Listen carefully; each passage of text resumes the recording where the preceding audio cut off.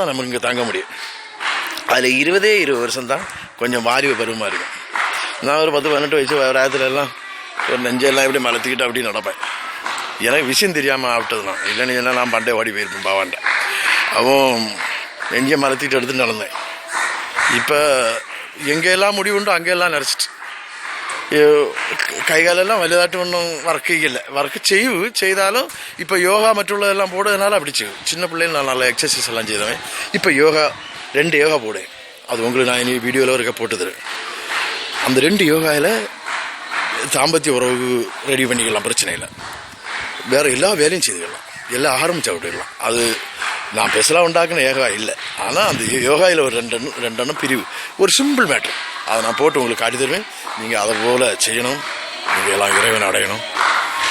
நீங்கள் இறைவன் அடைஞ்சாதான் இந்த பூமியில் வந்துட்டு போனாட்டுள்ள ஒரு பெருமை உங்களுக்கு கிடைக்கும்.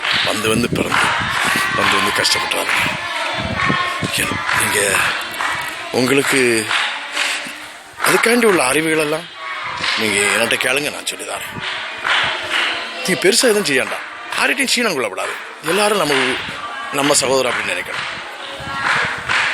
அப்புறமா எதுக்கு மிச்சவங்களோட தேவையில்லை, எல்லாம் இறைவன் பார்த்துக்கணும். ஆனால் ஒன்று, நீங்கள் சாப்பிட்டா என் பசி அடங்காது, நான் சாப்பிட்டா உங்கள் பசி அடங்காது. உங்களுக்கு பசி அடங்கணும்னா நீங்கள் சாப்பிட்டு தாங்கணும். இப்போ நீங்கள் என்ன செய்யணும், நீங்கள் இறைவனை கும்பிட்டு தாங்கணும். இறைவனை கும்பிட்டு, ஐயா எனக்கு இந்த பிறப்பு நீ வேண்டாம், என்னை இதில் எடுத்துக்க, உன்கிட்டே வச்சுக்க அப்படி. ஏன்னா நம்மள எல்லாமே தேவர்கள், மானிடர்கள் அல்ல.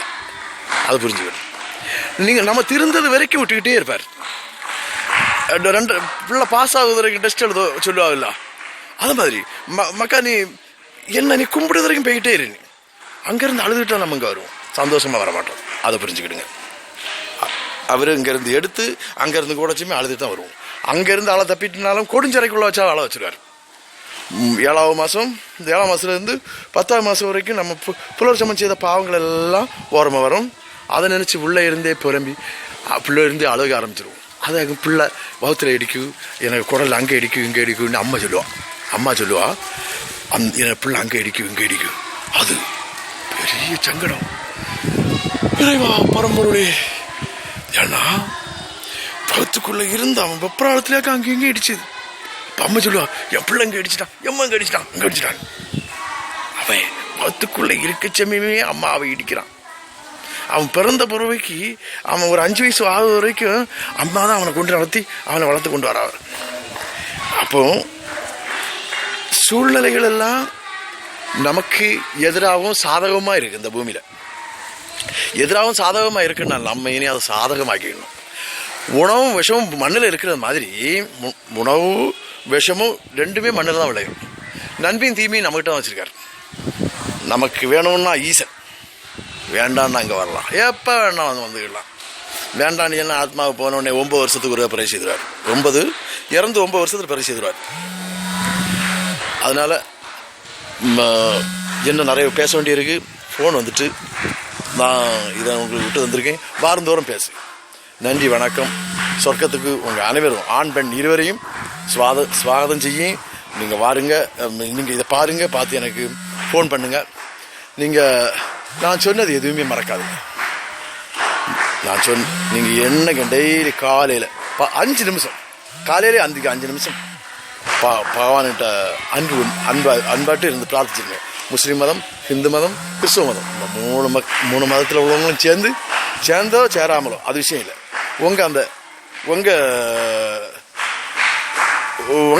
இதில் அந்தந்த மதத்திலேயோ அந்தந்த தெய்வத்தை அந்தந்த ஆட்களும் கூப்பிட்டு உங்களுக்கு ஒரு பருவ காலங்கள் வந்த பிறகு நீங்கள் சிறப்பமாக இருந்தால், சின்ன வயசுலேயே நீங்கள் இறைவனை வேண்டி கூப்பிட்டு இருந்தால் கொஞ்சம் முதுமை அடையச்சமே. ஆனால் இங்கே யோகா போட்டுடணும். எப்படி நீங்கள் ஈசனை கும்பிடுதீங்களோ அதேபோல் அத்தியாவசியம் யோகா. 40 வயசுக்கு மேலே எல்லாம் யோகா உண்டுன்னா தான் தப்ப முடியும். அது சின்ன வயசுலேயே போட்டு வச்சுருந்தவங்களுக்கெல்லாம் நல்லது. ஏன்னா நான் சின்ன வயசுலேயே எக்ஸசைஸ் போடுவேன். எக்ஸசைஸு, வெயிட் அடிக்கு, இந்த மாதிரிப்பட்ட அந்த ஜாட பருவாடி எல்லாம் என்கிட்ட உண்டாയിരുന്നു. அதெல்லாம் இப்போ எங்கே போச்சுன்னே தெரியல. 47 வயசு தான் ஆச்சு. இப்போ ஒரு ஸ்டைலு காட்டி அங்கங்கே ஸ்டைல் காட்டினா அங்கங்கே கொளிச்சு பிடிச்சிடும். அந்த அளவுக்கு ஆயிடுச்சு. இதே போல் எத்தனை கோடி ஜனங்கள் இருக்கும். சிறப்பத்தில் எனக்கு எதுவுமே கண்டுக்கிட முடியல. சுவிக்கணுங்கிற ஒரே எண்ணம் தான் இருக்குது.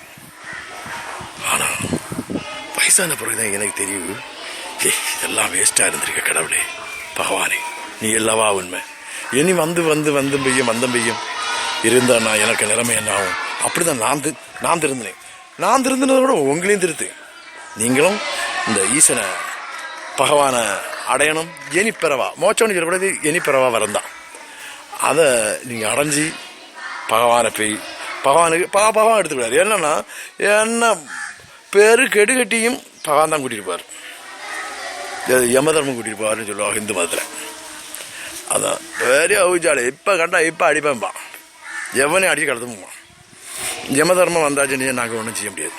அவன் கூட்டிகிட்டு போயிடும், பெரிய ரபடியும். அதனால் அவன் யமதர்மம் வந்து கூப்பிடுறதுக்கும் மகேஸ்வரன் கூப்பிடுறதுக்கும் வித்தியாசம் உண்டு. மகேஸ்வர பக்தனை யமதர்மம் கூட உண்டான். அவனுக்கு ஆத்மாவை எடுக்கணும்னா ஈசனே வந்துடுவார். ஈசனே வந்து மக்களை வாணி சொல்லி உறக்க எழுப்பி கூட்டிகிட்டு போயிடுவார். யமதர்மம் அப்படி இல்லை. ஏதாவது வேலைகள்லாம் செய்து கொண்டாமண்டி வேலை செய்து காலை நொல்லி கையை நொல்லி கை விளங்காமலும் கால் விளங்காமலும் இப்படி கஷ்டப்படி தான் யமதர்மம் கொண்டு போவோம். ஈசன் அப்படி இல்லை. அண்டையிலன்னா தொண்டையில் வந்து மக்களே வா நீ என் பிள்ளை அப்படின்னு ஆதரிச்சு கொண்டு போவார். அதுதான் உலகத்தில் லாஸ்ட்டில் வயசாகி சாகுடி நேரத்தில் அண்டையில் வந்து நம்மளை கொண்டு போகணும். அது கணக்காகி நீங்கள் இறைவனை பிரார்த்திக்கணும். இறைவனை பிரார்த்திச்சு அப்பனு கூட எப்பவும் ஐக்கியமாக இருக்கணும். இதுதான் எனக்கு ஆசை. நல்லா பிரார்த்திங்க. நான் நிறைய கதைகள் சொல்லித்தாரேன். வாரந்தோறும் உங்களுக்காண்டி நான் பேசுவேன். நீங்கள் எனக்காண்டியும் கேட்டுக்கணும், உங்களுக்காண்டியும் நீங்கள் கேட்டுக்கணும். நான் உங்களுக்காண்டியும் கேட்பேன்.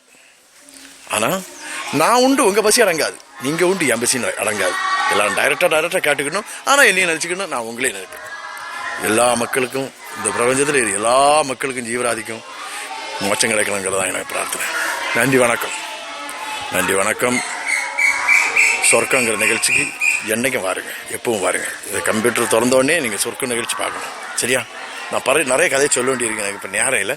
நான் நிறைய கதை உங்களுக்கு சொல்லுவேன். சரியா?